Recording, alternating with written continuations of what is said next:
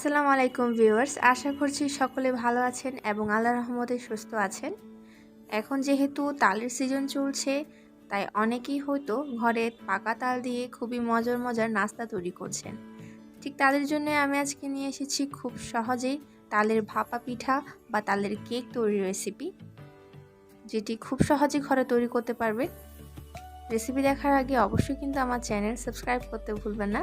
তাহলে চলুন এখন দেরি না করে রেসিপিটা ঝটপট দেখে আসি।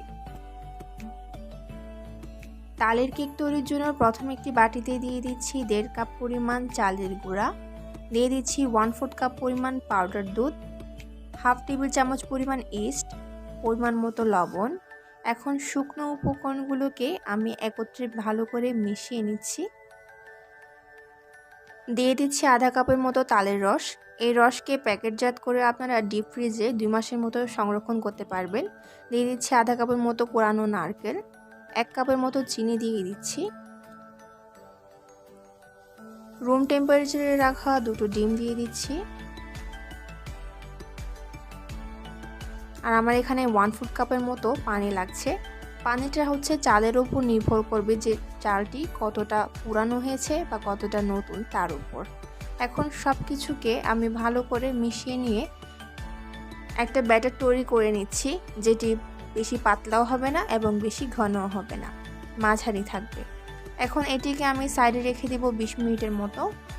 অন্যদিকে আমি ছোট ছোট কয়েকটা স্টিলের কাপ নিয়ে নিচ্ছি। এর ওপর আমি ছোট ছোট কিছু কাপের কাগজ বিছিয়ে দিচ্ছি।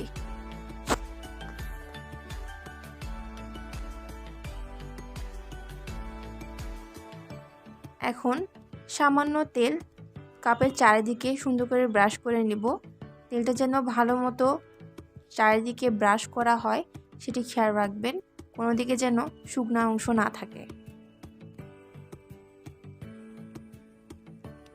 এবার ব্যাটারগুলোকে একটু ভালো করে নাড়িয়ে নিয়ে একটু একটু করে ব্যাটারগুলো নিয়ে কাপের মধ্যে ঢেলে সেট করে নেব।